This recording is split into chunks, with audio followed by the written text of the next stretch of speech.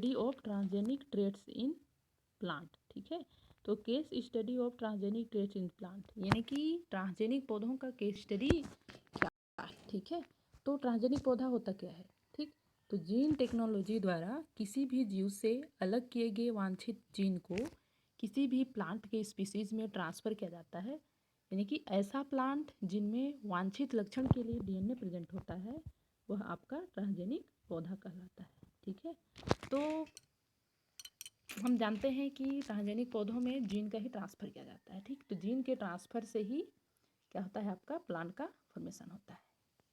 ठीक, तो उच्च वर्गीय पौधों में वांछित लक्षण उत्पन्न करने के लिए विभिन्न जीन को इंसर्ट कर उत्पन्न लक्षणों का अवलोकन किया जाता है। ठीक, तो प्लांट सेल कल्चर के अंतर्गत प्लांट सेल का ट्रांसफ़र किया जाता है। ठीक, तो केवल सिंगल सेल द्वारा ही रीजेनरेट हो सकने वाले पौधों में ही जीन को इंसर्ट करते हैं। मतलब जो सिंगल सेल है उन्हीं में ही जीन को इंसर्ट करते हैं, क्योंकि वही सिंगल सेल में ही जीन को इंसर्ट करने से वह रीजेनरेट हो पाता है।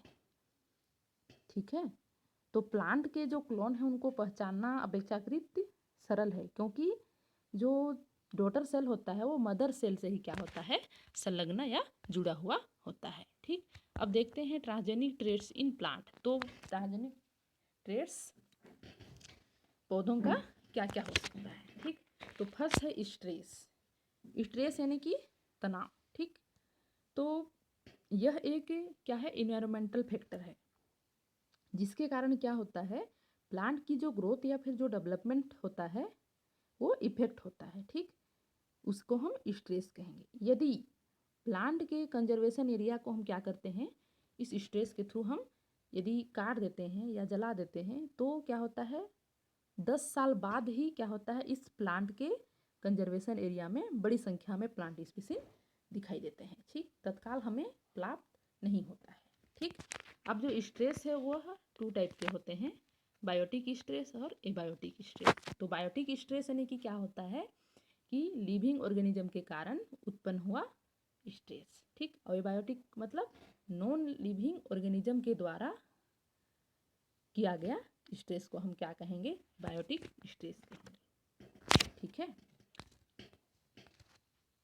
तो अब बायोटिक स्ट्रेस में किन किन कारणों से एबायोटिक स्ट्रेस इफेक्ट पड़ता है, जैसे कि रूल ऑफ एनिमल। ठीक, लिविंग ऑर्गेनिज्म में रूल ऑफ एनिमल के कारण भी बायोटिक स्ट्रेस हो सकता है।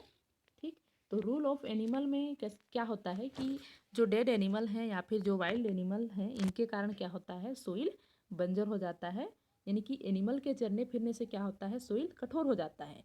ठीक, जिसके कारण जो प्लांट है वो ग्रोथ नहीं कर पाता है। ठीक है, उसके बाद सेकेंड है रूल ऑफ माइक्रो ऑर्गेनिज्म। तो रूल ऑफ माइक्रो ऑर्गेनिज्म में क्या होता है, सोइल में प्रेजेंट विभिन्न प्रकार के माइक्रो ऑर्गेनिज्म भी क्या करते हैं, जो सोइल की जो उर्वरा शक्ति है उसको नष्ट कर देते हैं। ठीक है, थर्ड है रूल ऑफ प्लांट। ठीक, अब प्लांट किस प्रकार स्ट्रेस उत्पन्न करता है। ठीक, तो पृथ्वी पर समस्त जो पेड़ पौधे या एनिमल हैं वो क्या होता है, फिजिकली इन्वायरमेंट पर ही आश्रित होते हैं, मतलब इन्वायरमेंट के द्वारा ही उनका भोजन होता है। ठीक, तो इनके जीवित रहने के लिए वाटर, लाइट, सोइल, एयर ये सभी उपयुक्त होते हैं। ठीक, जिन प्लांट को ये सभी मिल पाता है वे लिविंग होते हैं और जिन प्लांट को नहीं मिल पाता है वो क्या होते हैं, डेड हो जाते हैं। ठीक है, उसके बाद डी है आपका रोल ऑफ नेचुरल केसेस। अब रोल प्राकृतिक केसेस क्या क्या हो सकता है, प्लांट के किसी भी विशिष्ट एरिया के भौगोलिक परिवर्तन के कारण प्लांट क्या करते हैं, अपने आप को एडजस्ट नहीं कर पाते हैं। ठीक, तो भौगोलिक इफेक्ट पड़ने के कारण प्लांट क्या होंगे, नष्ट हो जाएंगे, तो ये भी एक स्ट्रेस है। ठीक है, उसके बाद ई है रूल ऑफ ह्यूमन एक्टिविटी। अब ह्यूमन एक्टिविटी क्या है, मतलब इसमें ह्यूमन के द्वारा किया गया एक्टिविटी, मतलब ह्यूमन आजकल क्या होता है कि जो मनुष्य हैं वो प्रारंभ से ही पेड़ पौधे वन पर ही आश्रित होते हैं। ठीक, क्या करते हैं मनुष्य की, यदि मनुष्य को आवश्यक पड़ जाता है तो वो क्या करते हैं, आवश्यकता पड़ने के साथ उन पौधों को काटते हैं, उनके जो संतुलन है उनको बिगाड़ देते हैं, जिससे क्या होता है, प्लांट का जो ग्रोथ है रुक पाता है। क्यों, क्योंकि जो मनुष्य है, ह्यूमन है, वो पेड़ पौधों पर ही आश्रित होता है, पेड़ पौधों द्वारा ही विभिन्न प्रकार के सामग्री वगैरह बनाता है, घर वगैरह बनाता है, तो जिसके कारण उनको नुकसान पहुंचाता है। ठीक, उसके बाद है एबायोटिक स्ट्रेस, यानी कि नॉन लिविंग ऑर्गेनिज्म। तो एबायोटिक स्ट्रेस में फर्स्ट है आपका वाटर स्ट्रेस। वाटर किस प्रकार से पेड़ पौधों पर स्ट्रेस उत्पन्न कर सकता है। ठीक, तो प्लांट का जो क्लासिफिकेशन होता है वो वाटर के रिस्पॉन्स के अनुसार हाइड्रोफाइट, मीजोफाइट, टेरोफाइट और हेलोफाइट में किया जाता है। ठीक, प्लांट का जो क्लासिफिकेशन होता है वो, तो वाटर स्ट्रेस का सबसे महत्वपूर्ण प्रभाव क्या होता है कि सेल में सोइल की जो कंजर्वेशन होता है उसके कारण देखने को हमको मिलती है।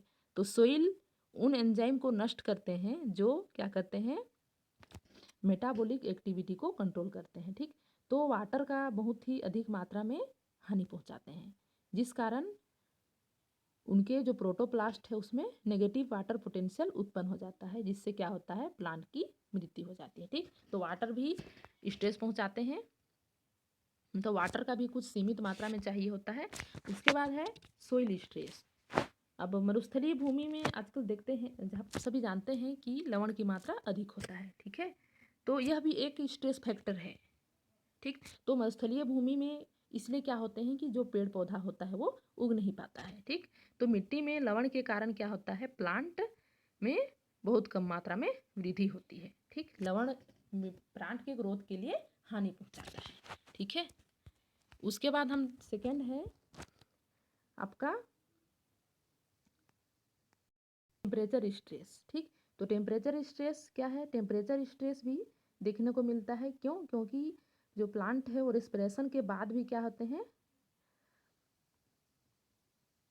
आपका प्लांट के रेस्पिरेशन के लिए टेम्परेचर का जो कुछ मात्रा होता है, जैसे 20 से 30 डिग्री सेल्सियस पर प्लांट क्या होता है, नॉर्मल रूप से ग्रोथ कर पाता है। ठीक, यदि टेम्परेचर का मात्रा 40 से 180 डिग्री या फिर 80 डिग्री सेल्सियस हो जाता है तो प्लांट डेवलपमेंट करना रुक जाता है या फिर प्लांट मर जाता है। ठीक, उसके बाद डी है सोलिनिटी स्ट्रेस। ठीक, तो कई क्या होता है, मीजोफिल में सोलिनिटी एक स्ट्रेस फैक्टर है। ठीक, तो यह क्या करता है कि सोलिनिटी के प्रति अपने आप को एडोप्टेशन करते हैं, यानी कि ये छोटे आकार के वास्तव में एक प्लांट के रूप में होते हैं। ठीक, इसके कारण आपका जो सोलिनिटी है वो कई प्रकार से इफेक्ट करता है, जैसे कि ग्रोथ को रोक देता है, नाइट्रोजन का एसिमिलेशन नहीं हो पाता है, ये सभी स्ट्रेस के कारण हो सकते हैं। ठीक है, उसके बाद डी है ह्यूमिडिटी, यानी कि आर्द्रता। ठीक है, तो वायुमंडल में विद्यमान मनुष्य क्या करता है, जल वाष्प से वाष्पीकरण के विभिन्न रूप के द्वारा वायुमंडल में क्या होता है, पहुंचता है। ठीक, यानी कि वायुमंडल में जो अदृश्य जलवाष्प होता है जिसको हम देख नहीं सकते हैं, उसकी मात्रा ही क्या कहलाता है, ह्यूमिडिटी कहलाता है। ठीक, तो ये क्या कहता है, जब जैसे ही पृथ्वी से वाष्पीकरण के रूप में वायुमंडल में पहुंचता है तो क्या होता है, स्वस्थ के लिए वायु में कुछ अंश जल वाष्प का होना आवश्यक है। ठीक, तो प्लांट को कुछ मात्रा तक आपका जो ह्यूमिडिटी है वो भी जरूरी है। ठीक है, तो क्या करता है, हवा से क्या करते हैं, पेड़ पौधे अपनी लीफ द्वारा जल वाष्प को प्राप्त करते हैं। ठीक, तो क्या होता है, जैसे ही ग्रीष्म ऋतु पहुंचता है, नमी की वजह से क्या होता है, जो प्लांट होता है वो प्लांट की उत्पत्ति क्या हो जाती है, नहीं हो पाती है, जो लीफ होता है वो मुरझा जाता है। ठीक, तो आपका जो ह्यूमिडिटी है उसकी भी कुछ अंश ही पौधों को जरूरी होता है। ठीक, उसके बाद सेकेंड है आपका डिले फ्रूट राइपेनिंग। तो आपका जो डिले फ्रूट राइपेनिंग है वो आपका resistance again fungal and bacterial infection के अंतर्गत आएगा। ठीक है,